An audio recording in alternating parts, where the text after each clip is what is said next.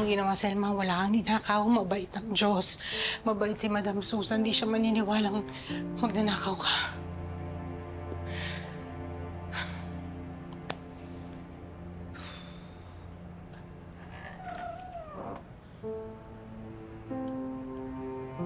Sorry, Selma.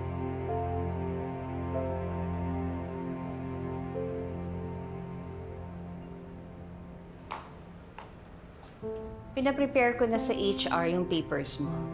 Pati yung sweldo mo for the days na nagtrabaho ka sa akin. Oh, Sorry, but I cannot keep you around. ano pong ibig niyong sabihin?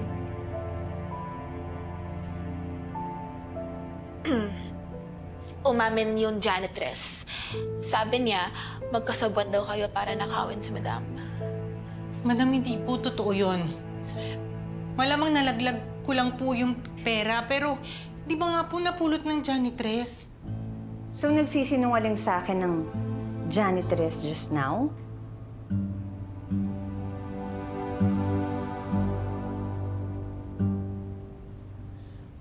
Madam, wala po talaga akong ginawa. I'm hurt. I'm really, really hurt. Kasi alam mo na ayaw ko na manloloko, di ba? And yet, hindi ko na kailangan ng services mo. So, alis ka na. Stop ruining my beautiful office. You're fired, Selma.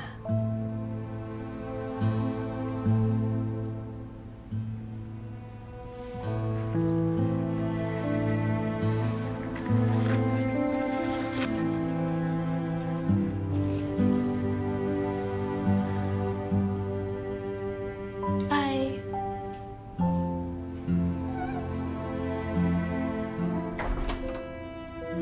Madam, ganun-ganun na nang gagawin mo sa kanya? How dare you question me?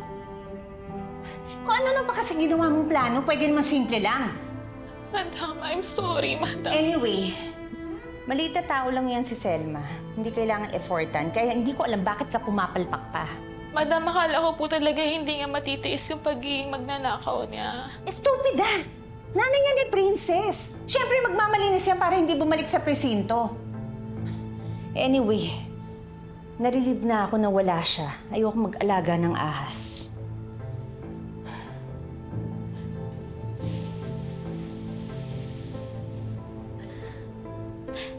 Madam, ang ibig kong sabihin, bakit hindi po natin idiin si Selma?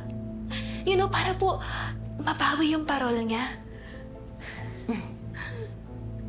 Sinong gagawa? Ikaw?